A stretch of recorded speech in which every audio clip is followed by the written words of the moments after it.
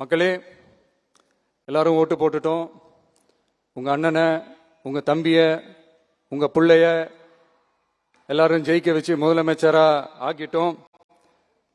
அதனால நம்ம கடமையெல்லாம் முடிஞ்சிருச்சுன்னு சொல்லி யாரும் ஒதுங்கி போயிடாதீங்க. இனிமேதான் நீங்க நம்மளோடவே கூடவே இருக்கணும். உறுதியா நம்ம அரசோடவே கூட இருக்கணும். அப்பதான் உங்களுக்காக இருக்கிற எல்லா நல்ல திட்டங்களையும் என்னால செயல்படுத்த முடியும். 8 கோடி பேரோட அந்த பிரதிநிதி தான் முதலமைச்சர் பதவின்னு சொல்லுவாங்க. அதனாலதான் சொல்றேன், மக்கள் தான் ஆட்சியாளர்கள். இங்க நானு எல்லாருமே, அங்க இருக்கிறவங்க எல்லாருமே மக்களோட சர்வன்ட்ஸ். அப்படிதான் நான் அதை பார்க்கிறேன். ஸோ வாங்க எல்லாருமா சேர்ந்து நம்ம கடமையை சேர்ந்து செய்வோம்.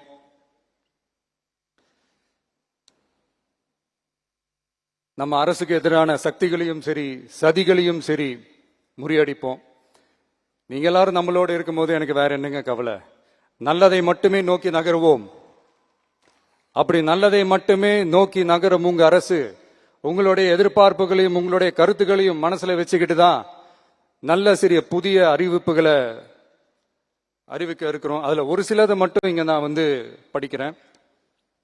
ஒன்னு, தாய்நாட்டிற்காக தன்னலமற்ற தியாகம் செய்து நமது நாட்டின் பாதுகாப்பிற்காக அரும்பாடுபட்ட முன்னாள் படை வீரர்களின் நலன் கருதி அவர்களது 2 மகள்களுக்கும் வழங்கப்படும் திருமண நிதி உதவி 25,000 ரூபாயிலிருந்து 50,000 ரூபாயாக உயர்த்தி வழங்கப்படும்.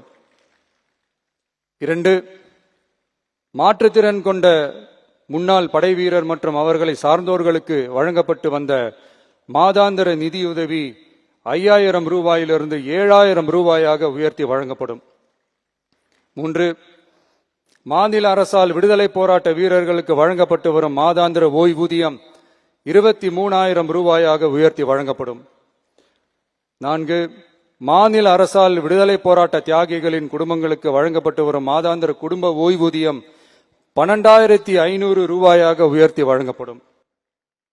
5, வீரபாண்டிய கட்டபொம்மன், முத்துராமலிங்க, விஜய ரகுநாத சேதுபதி, மருது சகோதரர்கள் மற்றும் வாவு சிதம்பரனார் ஆகியோரின் வழித்தோன்றல்களுக்கு வழங்கப்பட்டு வரும் மாதாந்திர சிறப்பு ஓய்வூதியம் 11,500 ரூபாயாக உயர்த்தி வழங்கப்படும்.